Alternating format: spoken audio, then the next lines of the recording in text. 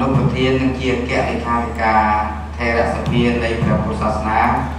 នៅព្រះរាជាណាចក្រកម្ពុជាមួយព័ត៌មានតបខ្លួនកូតនាមនាមឆឹងបង្ជានាមបញ្ញត្តិសីលកុតតោជួនជាតិខ្មែរសញ្ជាតិខ្មែរថ្ងៃខែឆ្នាំកំណើតទី3ខែមករាឆ្នាំ1974ទីកន្លែងកំណើតភូមិជយោឃុំស្ពឺស្រុកចំការលើខេត្តកំពង់ចាមលំនៅបច្ចុប្បន្នវត្តវិមានតែជាសង្កាត់ប្រាចកខណ្ឌដូនពេញរាជធានីភ្នំពេញទំនាក់ទំនង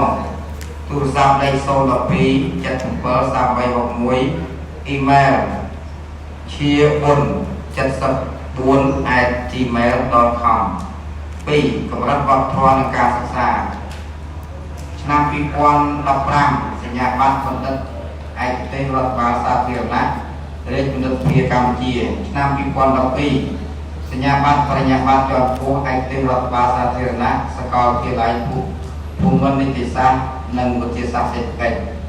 2005សញ្ញាបត្របរិញ្ញាបត្រឯកទេសទស្សនវិជ្ជាពុទ្ធសាសនាពុទ្ធសាសនាសាកលវិទ្យាល័យព្រះសីហនុរាជ3ក្រុមងារនិងសមណសាស្ត្រឆ្នាំ2026អនុប្រធាននឹងជាកតិកាធិការ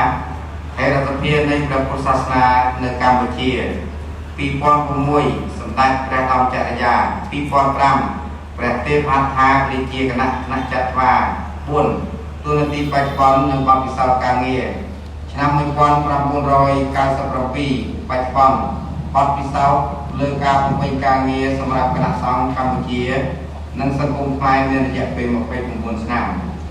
2021បច្ចុប្បន្នបទពិសោធន៍ការងារក្នុងការរួមចំណែកធ្វើអក្សរសាស្ត្រខ្មែរក្នុងក្រុមរក្សាជាតិភាសាខ្មែរនៃរាជបណ្ឌិតវិទ្យាកម្ពុជា